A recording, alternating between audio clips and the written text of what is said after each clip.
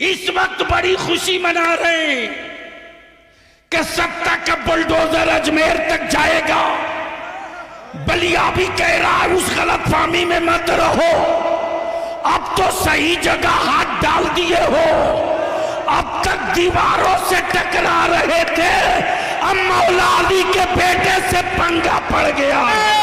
और बलिया भी कहता है मत मेरे होठों पर उंगलियां रखो, वरना मैं वो पोल खोल दूंगा कि मेरी मस्जिदों के बुनियाद के नीचे शिवलिंग ढूंढने वालों, अगर मैंने ढूंढना शुरू कर दिया तो दूर दूर तक तुम भारत में कहीं नजर नहीं आओगे। पूछना चाहता हूं, अगर तुम ये कहते हो कि सबसे पुराने तुम हो तो बता दो जरा कि जब इतने पुराने तुम हो तो फिर हमारी मस्जिदों में तुम्हारे लोग पनाह क्यों लिए हुए थे? बच्चों से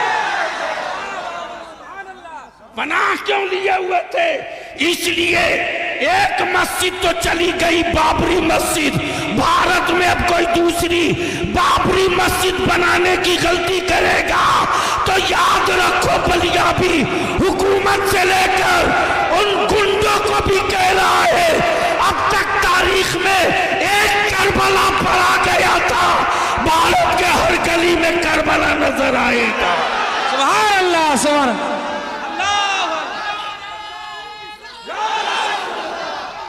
जिंदाबाद, लब्बाइक या रसूल अल्लाह। नारे तकबीर, नारे रिसालत। अरे मेरे ख्वाजा का हिंदुस्तान, मेरे ख्वाजा का हिंदुस्तान।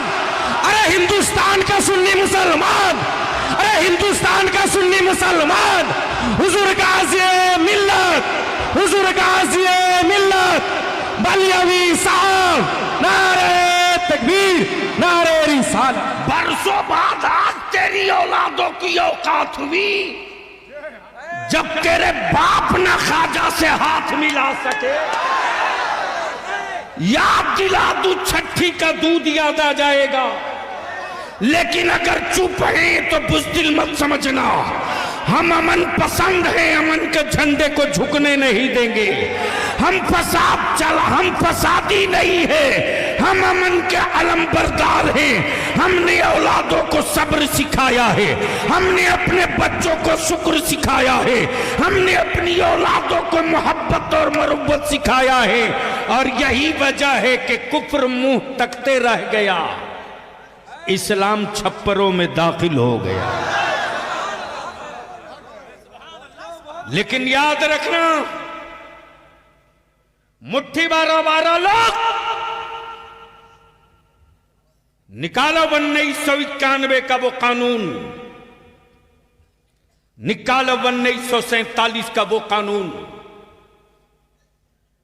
जिसमें डिक्लेयर है कि 1947 में जो मस्जिद, जो मंदिर, जो गिरजा, जो गुरुद्वारा जिस पोजीशन में है उसी पोजीशन में रहेगा, उसको कोई चेंज नहीं कर सकता। लेकिन ये सत्ता और हुकूमत के पाले हुए विदेशी गुंडे, अमेरिका और इस्राइल के दल्लों भारत के लोगों को धर्म के नाम पे नहीं बांट सकते। 800 साल हुकूमत किया, कहां थे उस वक्त? कहां थे? अब निकल के आए हो। 800 साल माने रखता है, अभी तो 100 साल भी नहीं पूरा हुआ। अभी तो 100 साल भी पूरा नहीं हुआ, कितने टुकड़े कर दिए। 800 साल जब हमारे बाप दादा ने हुकूमत की तो पाकिस्तान को वजूद में नहीं आने दिया,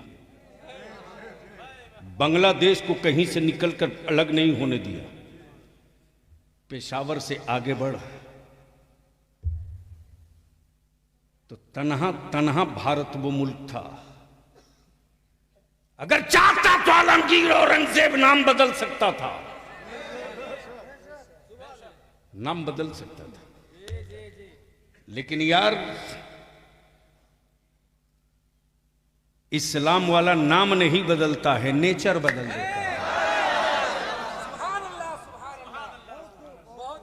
इस्लाम वाला नाम नहीं बदलता है, नेचर बदल देता।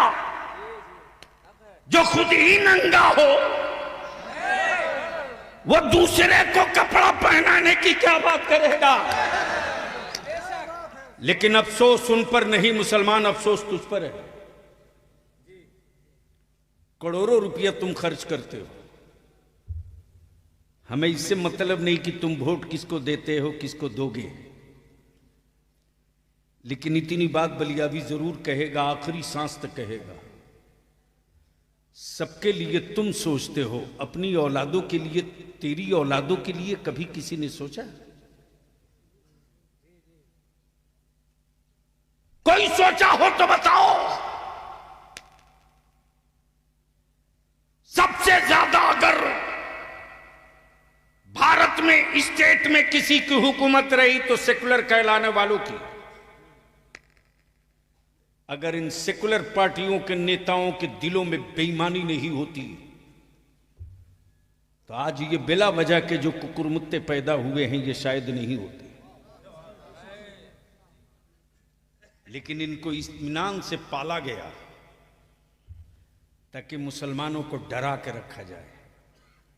और बलिया भी कहता है, किस झाड़ी में पड़े हो। एक अल्लाह से डरने वाली कौम दुनिया में किसी और से नहीं डरती है। और डरेगा वो जिसे ना जाने क्या क्या बनने का डर हो। हमें कोई डर नहीं, इसलिए कि हम अब्दुल्ला हैं, अब्दुल्ला ही रहेंगे। डर उसको है, डर उसको है जिसके यहां कोई महशर नहीं है। हमारे यहां महशर भी है, शफाअत भी मुस्तफा की है। हाय हाय हाय, वारे मेरे आला हजरत, वारे मेरे आला हजरत। और याद रखना मुसलमानों, हजरत तो रोज पैदा होते हैं, आला हजरत कभी कभी पैदा होता है। वाह वाह वाह, तवज्जो चाहूं, आला हजरत। अब यहां रुक कर एक बात अर्ज कर दूं, इजाजत हो तो सुनेंगे? तो धीरे से बोल दो सुभान अल्लाह।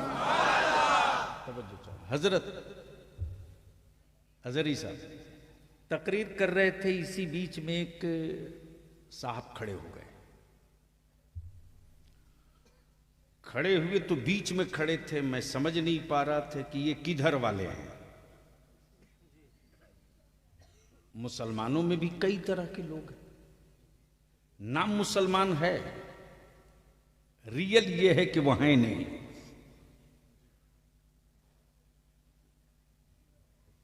तो मैंने कहा बड़े साहब जरा बाहर निकल आइए।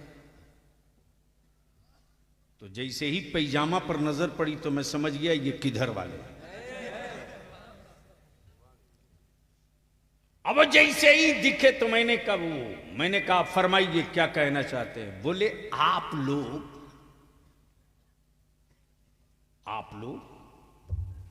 सिर्फ एक ही रसूल की बात करते हैं। नबी तो बहुत थे, रसूल बहुत थे, किताबी बहुत थे, सहीफे बहुत थे, लेकिन महफिल कोई भी हो, बात एक ही नबी की। मैंने कहा बात तो बिल्कुल पते की है। मैंने कहा आप उम्मत किसकी है?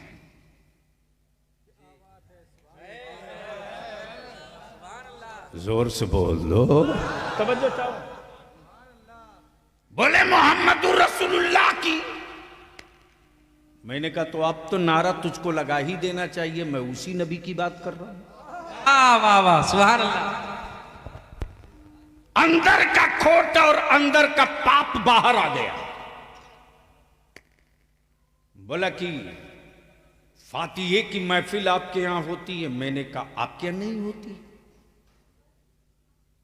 तो कोई जवाब ही नहीं दे रहा। मैंने कहा मेरे यहां एक फातिहा नहीं है, रोज फातिहा है। अमन नमाज बगैर फातिहे की नहीं है।